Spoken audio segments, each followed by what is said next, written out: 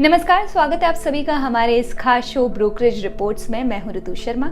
यहाँ हम कुछ सिलेक्टिव स्टॉक्स लेकर कर आते हैं, उन्हें फंडामेंटली हम एनालाइज करते हैं और आखिर में हम जानते हैं ब्रोकरेज हाउसेज के दिए हुए टारगेट प्राइसेस जो आने वाले 12 महीनों तक के लिए हो सकते हैं। आप में से काफ़ी सारे लोग हमारे साथ कमेंट सेक्शन में अपने फेवरेट स्टॉक्स जो हैं वो शेयर करते हैं और हम कोशिश करते हैं हर एपिसोड में से उसमें से कुछ स्टॉक्स को पिक करने की। तो इस एपिसोड में भी अपने पसंदीदा शेयर्स हमारे साथ ज़रूर साझा करें। चलिए शुरू करते हैं। अडानी पोर्ट्स एंड एसईजी ने अप्रैल से अगस्त 2024 के बीच 183 मिलियन मेट्रिक टन्स का कार्गो संभाला। FY25 के फर्स्ट क्वार्टर में वॉल्यूम्स में 7% की ग्रोथ भी हुई, लेकिन गंगावरम पोर्ट पर अप्रैल मई 2024 में वर्कर स्ट्राइक और अगस्त में कच्छ में खराब मौसम के कारण मुंद्रा और ट्यूना पोर्ट्स पर ऑपरेशंस जो हैं उनके उस पर इम्पैक्ट पड़ा है। इन चुनौतियों के बावजूद अडानी पोर्ट्स ने FY25 के लिए 460 से 480 MMT कार्गो हैंडल करने का गाइडेंस जो है वो बरकरार रखा है। अडानी पोर्ट्स अपने कैपेसिटी एक्सपेंशन पर ध्यान दे रहा है। हाल ही में कंपनी ने दीनदयाल पोर्ट अथॉरिटी के साथ एक एग्रीमेंट भी साइन किया है, जिससे कांडला गुजरात में 5.7 MMT कैपेसिटी वाला 300 मीटर बर्थ जो है वो तैयार किया जाएगा। ये बर्थ FY27 तक ऑपरेशनल हो जाएगा, जिससे अडानी पोर्ट्स की दीनदयाल पोर्ट पर जो प्रेजेंस है वो और ज्यादा स्ट्रांग होगी और गुजरात और उत्तर भारत में जो इनकी सर्विसेज हैं वो और ज्यादा बेहतर होंगी। अब देखिए, कैपेसिटी बढ़ाने के साथ अडानी पोर्ट्स जो है वो एक्विजिशंस के जरिए भी ग्रोथ कर रहा है। कंपनी ने क्या किया है, एस्ट्रो नाम की global offshore vessel operator company है जिसमें 80% स्टेक $185 मिलियन में खरीदने का फैसला किया है, जिससे कंपनी की वैल्यू $235 मिलियन होगी। इस एक्विजिशन से अडानी पोर्ट के फ्लीट में एस्ट्रो के 26 वेसल्स जुड़ जाएंगे, जिससे टोटल वेसल्स की क्वांटिटी 168 हो जाएगी। एस्ट्रो मिडिल ईस्ट, इंडिया, फार ईस्ट एशिया और अफ्रीका में ऑपरेट करता है, जिससे अडानी पोर्ट की पहुंच और टियर 1 कस्टमर बेस जो है वो भी बढ़ेगा। अडानी पोर्ट्स का एम 2030 तक इंडिया की सबसे बड़ी इंटीग्रेटेड ट्रांसपोर्ट यूटिलिटी बनने का है। कंपनी लॉजिस्टिक्स के सभी सेगमेंट्स जैसे कि पोर्ट्स, कंटेनर टर्मिनल्स हो गए, वेयर हाउसिंग हो गई, लास्ट माइल डिलीवरी और इनलैंड कंटेनर डिपोट्स में अपनी कैपेबिलिटीज मजबूत कर रही है। फिलहाल company 12 multi modal logistics park जो हैं वो चला रही है, जिनमें 131 ट्रेन्स, 2.9 मिलियन स्क्वायर फीट का वेयर हाउसिंग स्पेस और 1.2 मिलियन मेट्रिक टन के ग्रेन साइलोस जो हैं वो शामिल हैं। कंपनी का इरादा पूरे इंडिया में लॉजिस्टिक्स पार्क्स और वेयर हाउसेस का नेटवर्क फैलाने का है। इंडिया के ईस्टर्न और वेस्टर्न कोस्टलाइन पर बैलेंस्ड पोर्ट मिक्स और डाइवर्सिफाइड कार्गो मिक्स के साथ अडानी पोर्ट देश की ओवरऑल ग्रोथ से आगे बढ़ने के लिए तैयार है। पोर्ट्स और लॉजिस्टिक्स में भारी इन्वेस्टमेंट करके अडानी पोर्ट अपने कस्टमर्स को एंड टू एंड सर्विस दे रहा है, जिससे कार्गो और स्टेबल और भरोसेमंद जो है वो बनता जा रहा है। और इसलिए यहाँ पर जो ब्रोकरेज है मोतीलाल ओसवाल वो भी पॉजिटिव नजर आ रहे हैं और यहाँ पर बाई की रेटिंग के साथ टारगेट प्राइस दे रहे हैं 1850 रुपए का, जबकि जो शेयर का करंट प्राइस है वो 3 अक्टूबर 2024 तक 1456 रुपए के करीब है। बात करते हैं LTI माइंडट्री की। आने वाले टेक्नोलॉजी ग्रोथ के लिए अच्छी कंडीशन में है, खासकर डेटा इंजीनियरिंग, ERP मॉडर्नाइजेशन और डेटा स्टेट मॉडर्नाइजेशन जैसे सेक्टर्स में ये बढ़िया स्टेट में है। कंपनी अपनी इन पावर्स का इस्तेमाल करके नेक्स्ट जनरेशन टेक्नोलॉजीज और प्री जेन AI इन्वेस्टमेंट्स में ग्रोथ बनाए रखी है। जेन AI को सक्सेसफुली अपनाने के लिए क्लाउड और डेटा इंफ्रास्ट्रक्चर की तैयारी जरूरी है और LTI माइंडट्री इस मौके का फायदा उठाने के लिए तैयार नजर आ रही है। कुछ खास की पॉइंट्स डिस्कस करते हैं। ग्रोथ इनकी की एरियाज में अगर देखें तो फर्स्ट क्वार्टर FY25 में LTI माइंडट्री ने कुछ क्लाइंट पॉकेट्स में ग्रोथ देखी, खासकर BFSI यानी कि banking, financial services and insurance sector में, जो रेवेन्यू का 35% है और 2.8% क्वार्टर ऑन क्वार्टर बढ़ा है।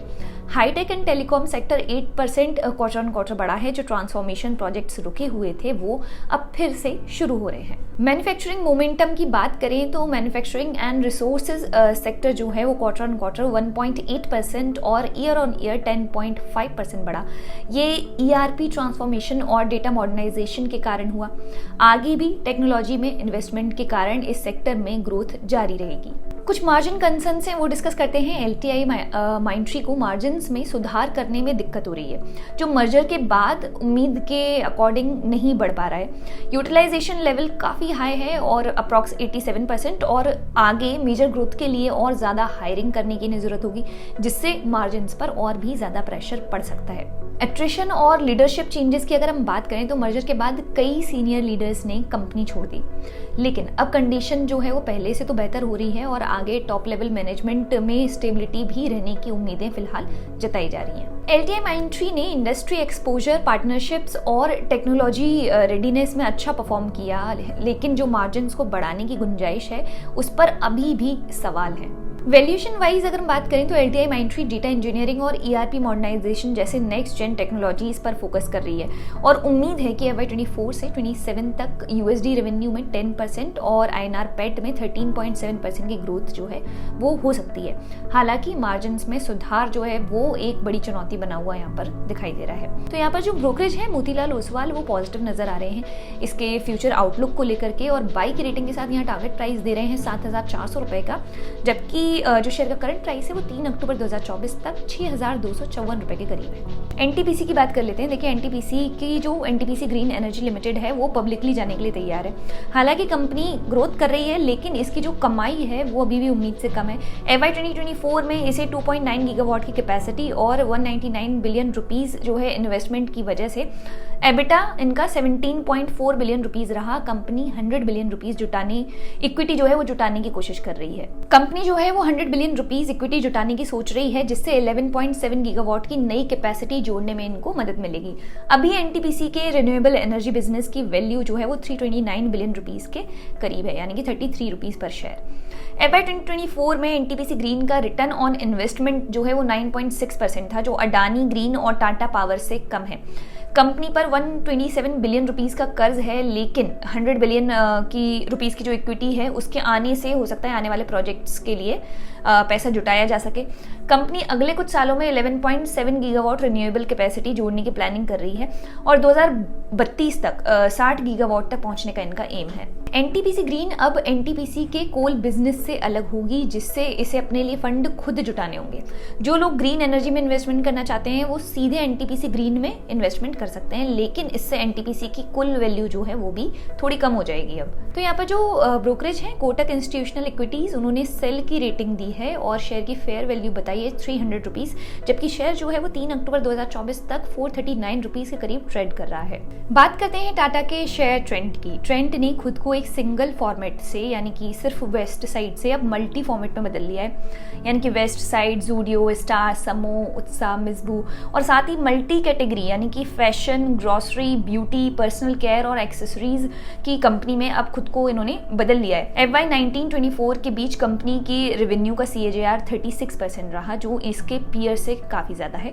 FY 24-27 के लिए ब्रोकरेज ट्रेंड के रेवेन्यू, एबिटा, पैट का CAGR 41, 44 और 56% रहने की उम्मीदें कर रहे हैं। ब्रोकरेज ट्रेंड के रेवेन्यू, एबिटा और पैट का CAGR 41, 44 और 56% रहने की उम्मीदें कर रहे हैं। कंपनी अपने सप्लाई चेन का फायदा उठाकर और वेस्ट साइड ज़ूडियो से सीखे हुए एक्सपीरियंस से स्टार और दूसरे प्रोजेक्ट जैसे कि मिसबू, समूह हो गया, उनको भी अब आगे बढ़ा रही है। ट्रेंड का रेवेन्यू CAGR लीडिंग कंज्यूमर और रिटेल कंपनीज से ज़्यादा है, खासकर ज़ूडियो स्टोर एक्सपेंशन और वेस्ट साइड ज़ूडियो में बढ़ते रेवेन्यू पर स्क्वायर फीट के कारण। FY 25 और 26 के लिए रेवेन्यू, एबिटा, EPS में बड़ा उछाल दिखा गया, जबकि बाकी कंज्यूमर स्टॉक्स पर डाउनग्रेड्स हुए हैं। ट्रेंड नए ग्रोथ इंजन्स जैसे ज़ूडियो, स्टार, मिसबू, समूह और MAS JV पर ध्यान दे रहा है। अगर स्टार की प्रॉफिटेबिलिटी जो है वो इसी तरह से जारी रहती है तो इसे और बढ़ाया जा सकता है। नए फॉर्मेट्स में भी मीडियम टर्म में ग्रोथ की उम्मीदें नजर आ रही हैं। यहाँ ब्रोकरेज सिटी का जो नया टारगेट है वो SOTP वैल्यूएशन पर बेस्ड है। यहाँ बाई की रेटिंग के साथ ब्रोकरेज सिटी ने टारगेट प्राइस दिया है 9,250 रुपीज, जबकि शेयर का जो करंट प्राइस है वो 3 अक्टूबर 2024 तक 7,562 रुपीज के आसपास है।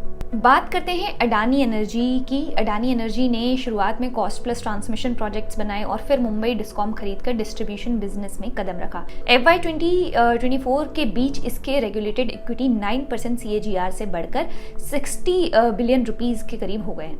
अनरेगुलेटेड बिजनेस में अगर इनकी ग्रोथ की बात करें तो AESL का ट्रांसमिशन एसेट्स में 20% मार्केट शेयर है और ये सबसे बड़ा प्राइवेट ट्रांसमिशन प्लेयर बन गया है। कंपनी ने मुंबई डिस्कॉम के एक्सपीरियंस से 272 बिलियन INR का स्मार्ट मीटर बिजनेस भी बनाया है। इनकी अगर फ्यूचर अपॉर्चुनिटीज की बात करें तो भारत में 1.6 ट्रिलियन INR के नए ट्रांसमिशन एसेट्स और 1.2 ट्रिलियन INR के स्मार्ट मीटर प्रोजेक्ट्स की बोली लगने वाली है, जिससे AESL के अनरेगुलेटेड बिजनेस में अच्छी ग्रोथ की उम्मीदें नजर आ रही हैं। अब यहाँ पर कुछ की हाइलाइट्स डिस्कस करते हैं। अडानी एनर्जी भारत की सबसे बड़ी प्राइवेट ट्रांसमिशन कंपनी और दूसरी सबसे बड़ी स्मार्ट मीटर कंपनी बन गई है। दूसरा, ये पहले कॉस्ट प्लस मॉडल पर काम कर रही थी, लेकिन अब अनरेगुलेटेड बिजनेस के जरिए कमाई इनकी जो है वो और बढ़ाने की कोशिश कर रही है। ट्रांसमिशन में अडानी एनर्जी ने 30% बोली जीतकर 29 ऑपरेशनल और 10 अंडर कंस्ट्रक्शन एसेट्स बनाए हैं। डिस्ट्रीब्यूशन में मुंबई डिस्कॉम का संचालन कर रही है, जहां इलेक्ट्रिसिटी कंजप्शन बढ़ने से रेगुलेटेड इक्विटी 9% CAGR से बढ़ी है। स्मार्ट मीटर में अडानी एनर्जी ने 120 मिलियन में से 20% बिड्स जीते हैं और इस सेक्टर में तेजी से अब एक्सपैंड करती हुई नजर आ रही है। इनकी कुछ जो नई पहल है वो डिस्कस करते हैं। Adani energy cooling as a service और एनर्जी एज अ सर्विस जैसे नए बिजनेस मॉडल पर भी काम कर रही है, जो कमर्शियल और इंडस्ट्रियल कंज्यूमर्स को रिन्यूएबल एनर्जी सप्लाई करेगा। देखिए, अडानी एनर्जी ने हाल ही में 83 बिलियन रुपीस जुटाए हैं, जिससे इनका net debt to equity ratio 2.7 times से घटकर 1.6 टाइम्स रह गया है। अगले 3 सालों में एबिटा 13% बढ़ने की उम्मीदें हैं, जो नए ट्रांसमिशन बिड्स, स्मार्ट मीटर और डिस्ट्रीब्यूशन से आएगा। वैल्यूएशन वाइज देखें तो स्टॉक फिलहाल 12 टाइम्स EV ओवर एबिटा पर ट्रेड कर रहा है, which means investors are willing to pay 12 times the company's annual EBITDA for its overall value. So target price की बात कर लेते हैं। यहाँ पर ब्रोकरेज ICICI सिक्योरिटीज ने बाई की रेटिंग देते हुए टारगेट प्राइस दिया है 1318 रुपीज का। वहीं जो शेयर का करंट प्राइस है वो 3 अक्टूबर तक 1010 रुपए के करीब है। आज के इस एपिसोड में इतना ही। उम्मीद है आपको ये वीडियो पसंद आया होगा। अपने फेवरेट स्टॉक्स हमारे साथ कमेंट सेक्शन में शेयर करना ना भूलें। अगले हफ्ते फिर मुलाकात होगी इसी समय इसी शो पर। तब तक के लिए मैं ऋतु शर्मा आप सभी से लेती हूँ इजाजत। नमस्कार। For more of such videos do like, share and subscribe to ET Now Swadesh।